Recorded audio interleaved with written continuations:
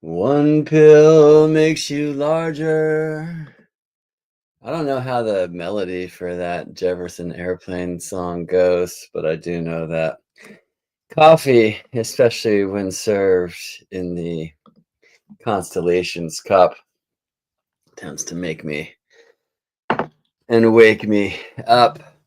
Greetings, friends. Salutations from space. Aloha from Earth on this September 7th, 2025. If you're into that whole Gregorian trip, regardless of the calendar that you employ, it is a total lunar eclipse aligning in your sky for you to hopefully enjoy.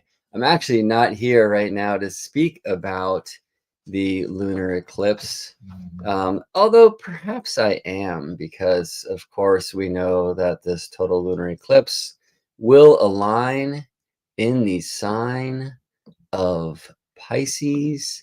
And I want to speak a bit about the imagination now.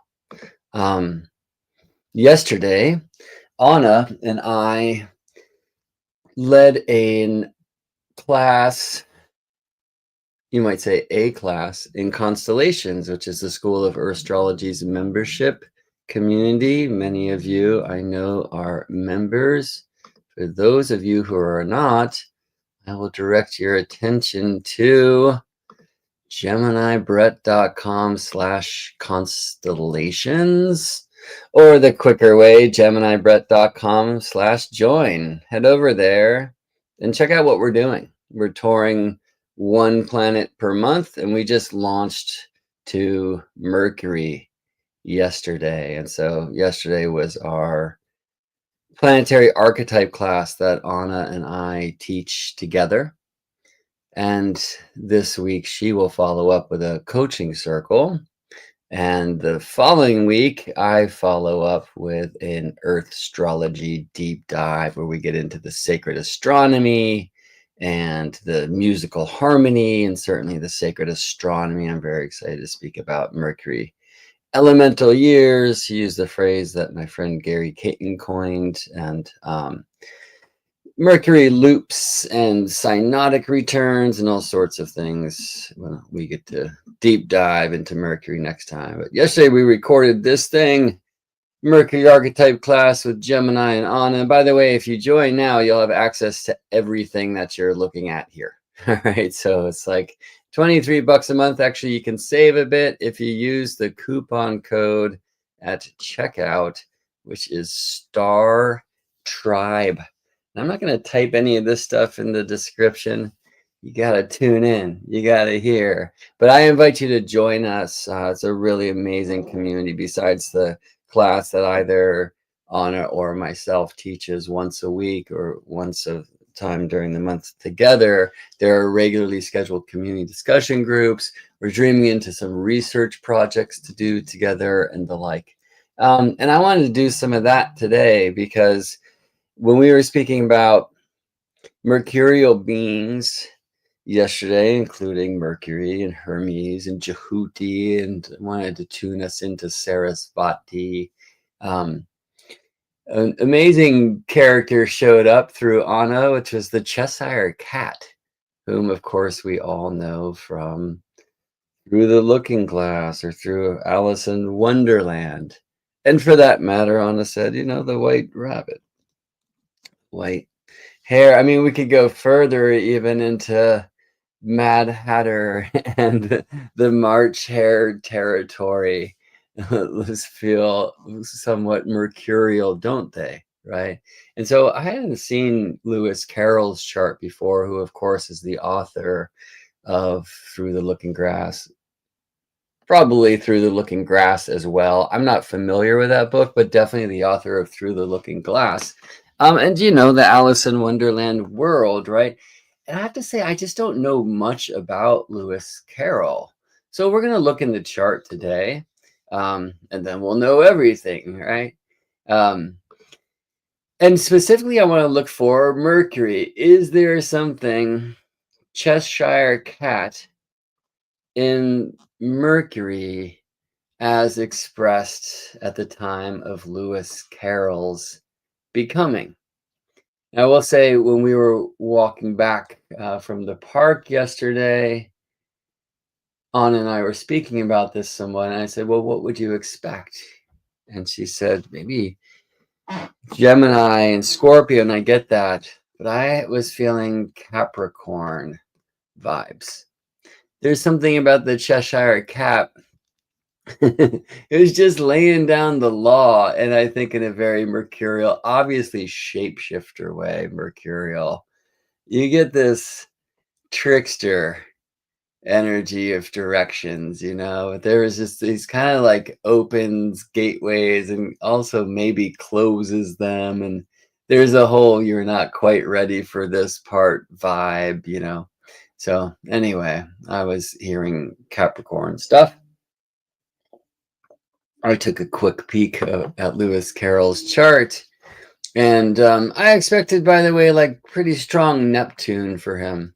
Um, just given the amazing imaginatory, let's even say Piscean watery realm, that we explore in those books. And for many of us, first through animations and the like, right? So let's look at Lewis Carroll's chart together. I think first I will bring us to the Astro Data Bank online, which is where I just found Lewis Carroll's birth information. And it should be said that we have a Rodin rating of B here, which means that this birth date and time came from a biography. Now, I tend to trust those pretty well. We do see a birth time of 3:45 a.m. And was it rounded up or down? Look, that's a minute just as legitimate as 3:43 and 3:47, is it not? I'm interested in just reading here, English writer, well, mathematician and logician, which makes sense, but I didn't know this about Lewis Carroll. I'm just kind of ignorant about things Lewis Carroll. We see an Anglican deacon and photographer. Interesting, right? So how is that going to show up in this chart? Considered a master in the genre of nonsense literature, right? Like that's the thing that I know. I assume that you know as well. The thing that kind of inspired this journey that we'll be on for a bit here today. Particularly remembered for his children's books, Alice Adventures in Wonderland, and its sequel, Through the Looking Glass. All right. And it would be cool to read more, like the oldest son and third child in a family of 7 girls and 4 boys. His father was a reverend, etc., etc. But I also don't want to be here all day. So we're going to kind of look for the Cheshire cat in Lewis Carroll's chart.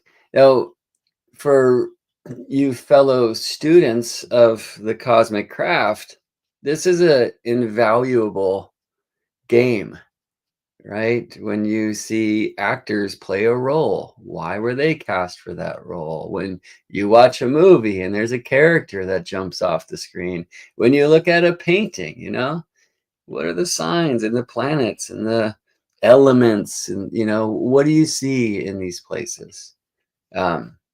Diane says Cheshire cat definitely feels like an opener between worlds, right? Yeah, thanks, Diane. Good to see you.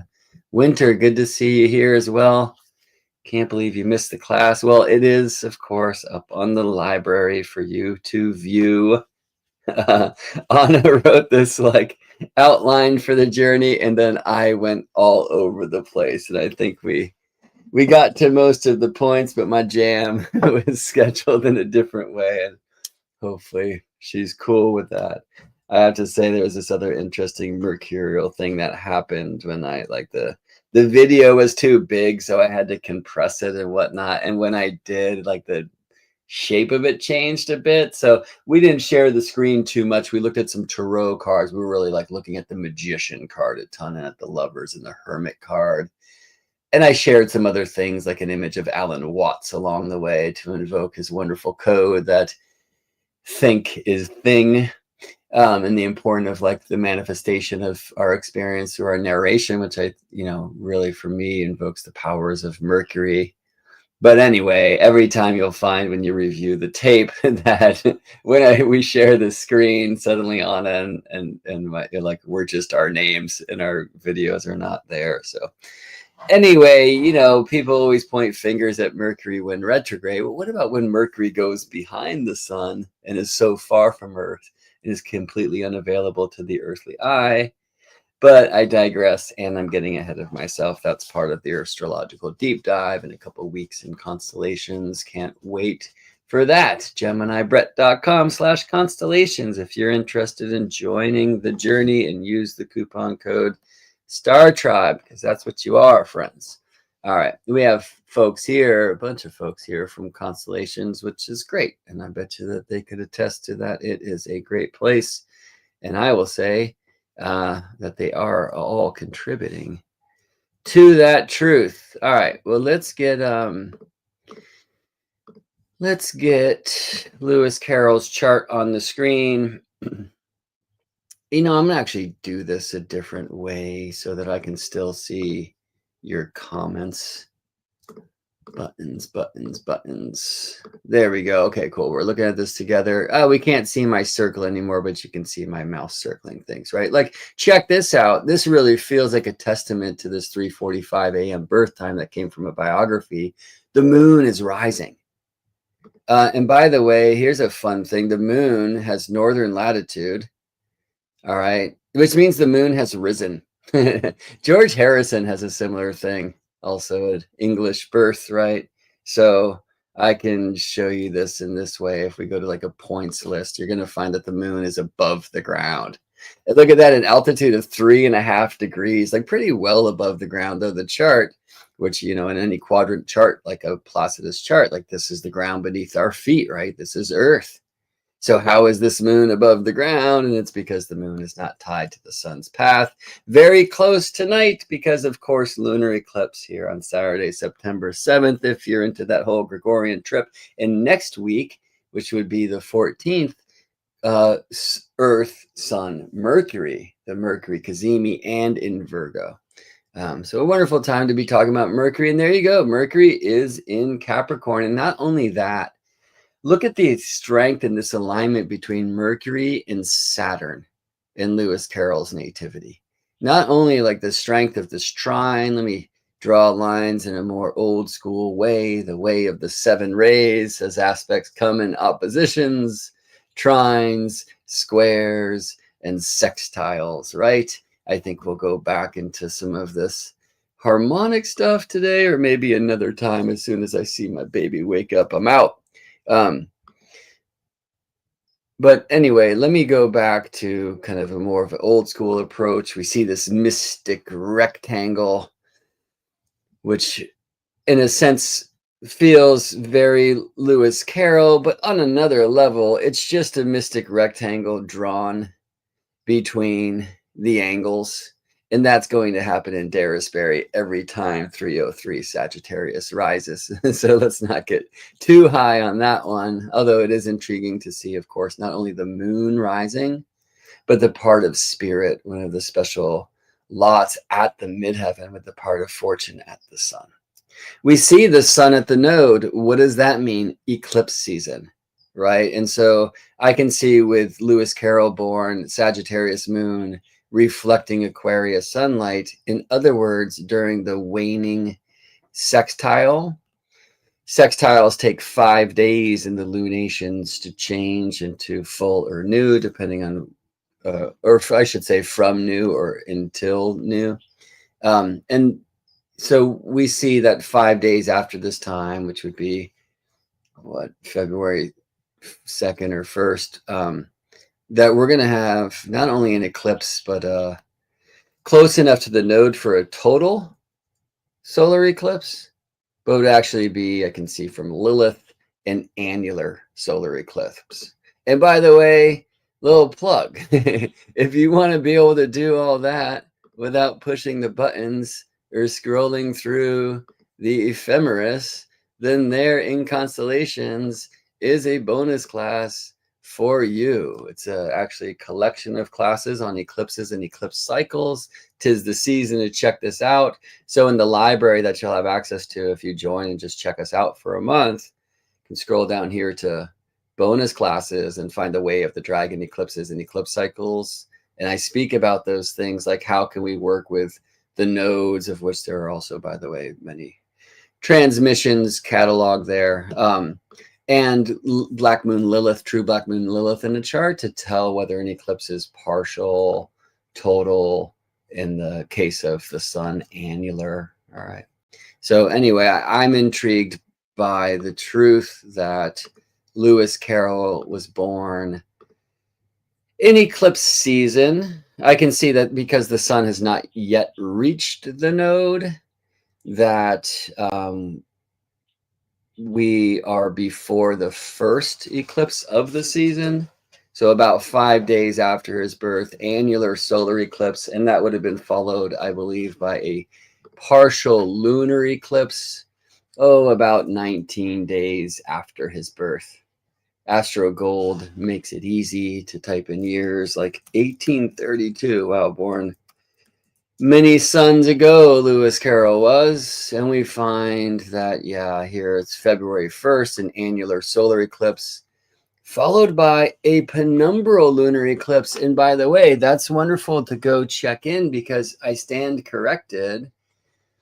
Penumbral lunar eclipses, in a sense, they're almost like not eclipses. And I just want to, I'm realizing that what I'm looking at is not on your screen. So let me make sure that it is. I just used Astro Gold's eclipse window to search for all the eclipses in the calendar year of 1832 and found that actually I was incorrect, that there was an eclipse before Lewis Carroll's birth. He was born in these, I mean, not entirely rare seasons, but where we have a penumbral lunar eclipse followed by, it is always going to be either a total or annular solar eclipse and then a penumbral lunar eclipse. And then it's interesting to see that actually happened twice in the year of 1832. I would say that's actually pretty rare. And this is eclipse cycle stuff. And it's, you know, of course, this is going to happen today as I'm trying to talk about Mercury, but it's total lunar eclipse today with a solar eclipse following. So of course, I'm going to open a chart where we're in the midst of an eclipse season and a year with 2 triple eclipses.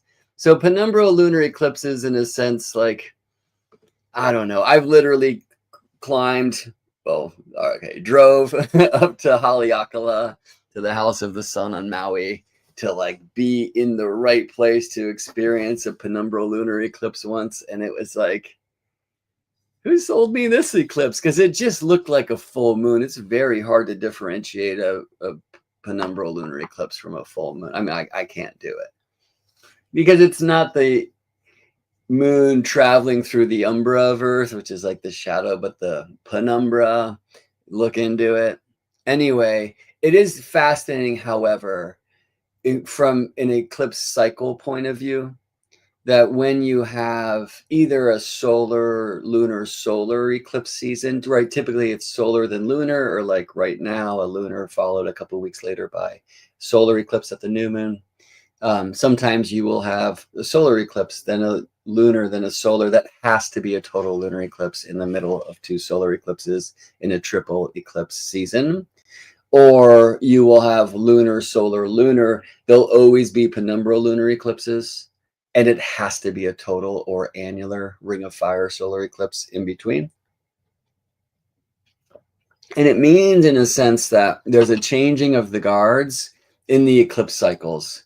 So really didn't mean to go here today, but this is Cheshire cat stuff, maybe more White Rabbit, Lewis Carroll. It's certainly nonsensical sense. Eclipse cycles are intriguing. The astronomers call them Saro series, right? Maybe some pronounce that sorrow series, but I think there's too much sorrow talked about with eclipses. And they're amazing, right? In these families of eclipses, they'll tend to be, let's just talk solar, like 71, 72 eclipses of a family. They come around every 18 years.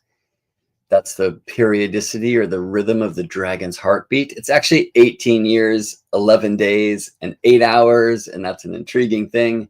But like for a south node solar eclipse, for example, which would follow Lewis Carroll's birth by 5 days, south node eclipse families are born at Earth's south pole, and then they will very slowly snake or dragon up and around the globe, showing up every 18 years, 11 days, and 8 hours. They get more total. Some families never get total, but will stay annular. It depends on what's happening with Lilith near the temperate zones of Earth, near the equator.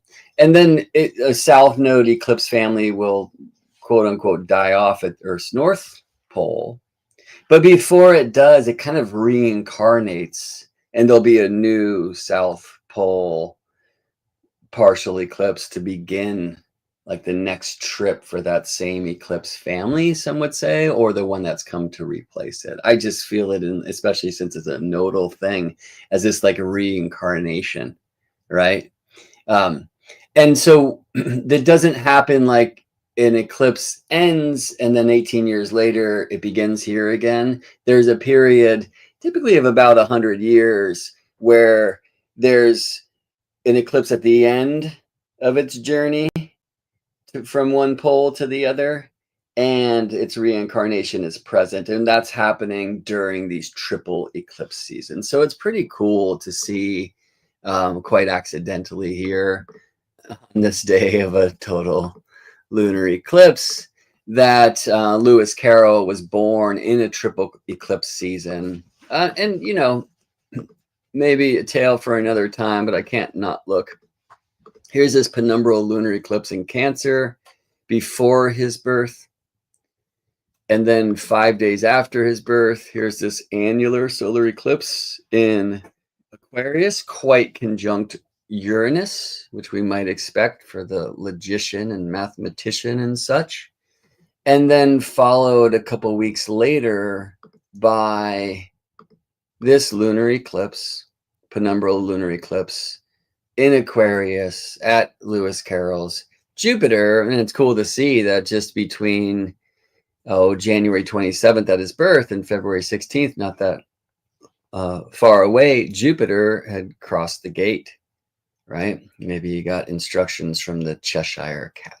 Okay, so things I expected to see in Lewis Carroll were strong Neptune. My feeling is that the invisible ones like Uranus, Neptune, and Pluto, they come to us and come through us via their connection to the visible planets, right?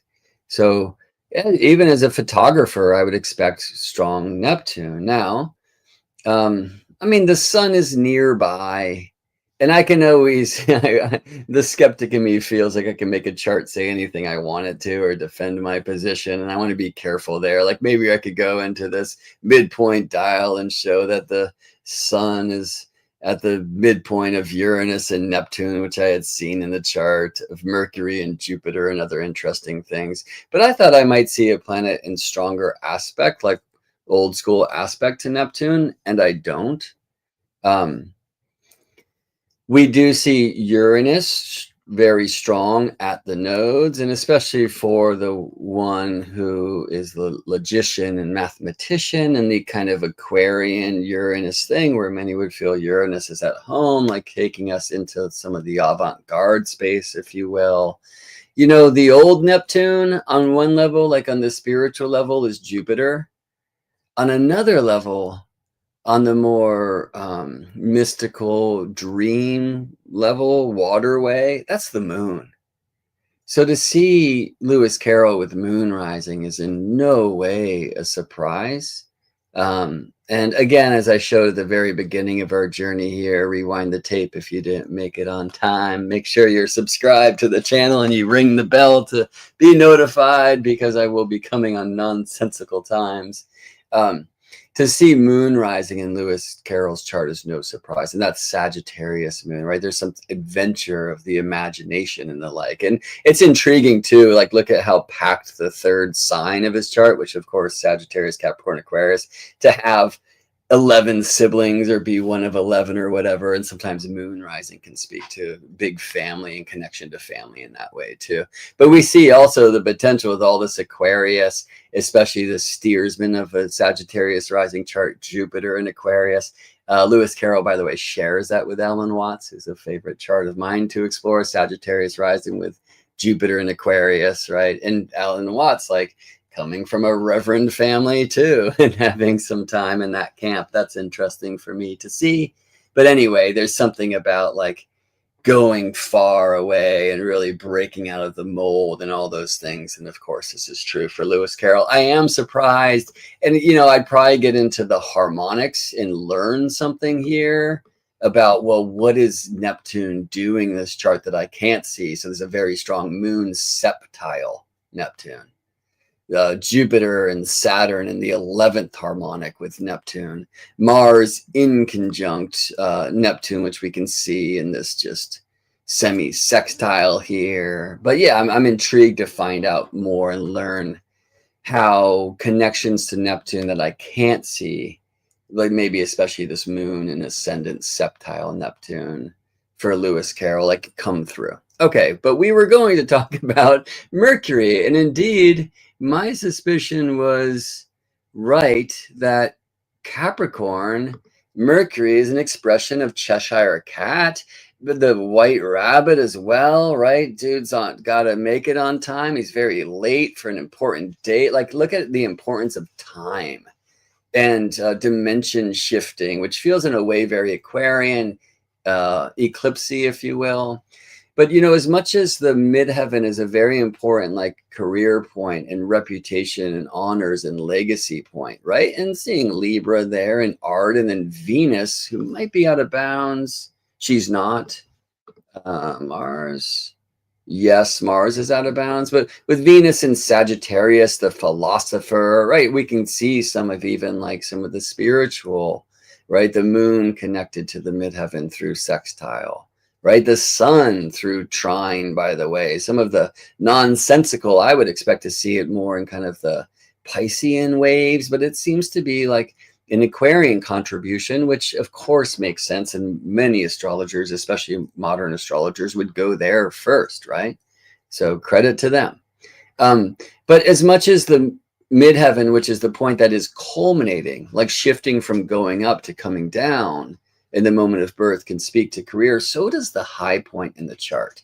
And when Sagittarius is rising, it's always Virgo, the 10th whole sign. When 303 Sag is rising, it's 303 Virgo. All right. So anyway, that's a mercurial thing. And no doubt Saturn is the highest planet above the ground at the time of Lewis Carroll's birth. In fact, every other planet is below. Or so it seems, as I showed before. The moon was actually rising, but probably hidden behind buildings or hills, right? Saturn was here for all to see if the sky opened on January 27th, 1832, this far from the equator, and it probably didn't.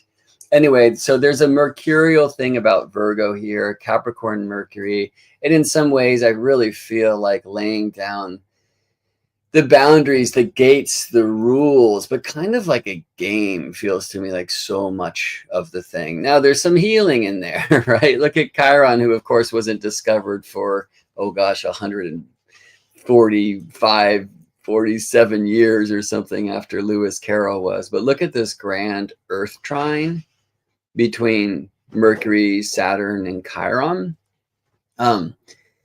However, for me, like, the place we want to focus, though certainly I see the contributions of Chiron. It's cool, especially from the 5th house of creativity and art and kids and the like. I like seeing that the 5th sign, Aries, represented by an out of bounds Sagittarius Mars. Like, let's take the kids on this amazing philosophical and spiritual journey through the tales and the games. But the stories, of course, are going to come through Mercury.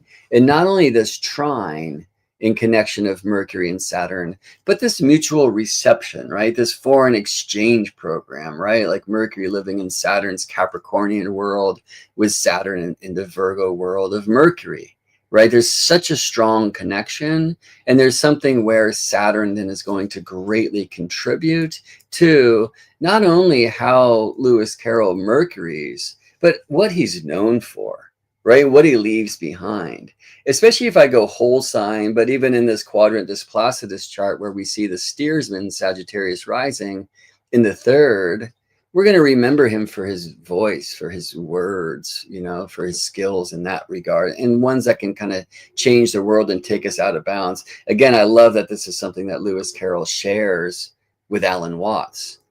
But Alan Watts has the Capricorn sun, and for Lewis Carroll, Aquarius. And so maybe he's more available to take us far out, right? These strong connections to the invisible Pluto, to Uranus and the like. But yeah, so I guess, not surprised to see the Saturnian connections and expressions of Lewis Carroll's Mercury, right? So Mercury in Capricorn and Mercury in mutual reception with a Virgo Saturn who's up on high at the top of the chart. So there you go. Let's play more of these. Who should we look at next? Thanks for spending some time in the space-time waves with me, friends. And I'll just end as I began. Well, one, of course, it is total eclipse time today. So I will share with you that if you type, where is this image? First of all, let's talk once again, GeminiBrett.com/constellations into your magic machine. Then you will be taken to this place where you can try the School of Astrology's membership community for a month and see how it goes. You can also sign up for the year. Telling you, you should. You're going to need that much time to even catch up on all of these classes that we've recorded so far, as we have toured the sun and the moon and the nodes and Earth. And now we're on our Mercury tour for the month of September 2025. So when you head to GeminiBrett.com/constellations, make sure you type in the coupon code STAR TRIBE. All right. One other thing I wanted to show you here is if you type in GeminiBrett.com/shadow, you will get to a hidden and eclipsed place at my site, which will allow you to book a eclipse session with me. I actually have more availability right now. I just opened up a couple weeks that were meant to be devoted otherwise. So if you want to get on the books and come in and talk eclipses and see how this total lunar eclipse in Pisces aligns for you, followed by our Virgo solar eclipse in a couple weeks, or if you want to look at the prenatal eclipses in your chart or talk anything, there's just a way where you can get a session with me at a lesser rate than I typically charge. It's 108, which is a very important eclipse number for a 60-minute session. So I hope you'll consider that, GeminiBrett.com/shadow. If you're a regular client, we haven't connected for a while, it's a great opportunity to come in for a little bit lower rent, and such a powerful time as eclipses are. All right, Cheshire cats, thanks for spending some time here with me today. I will see you in space. Buttons.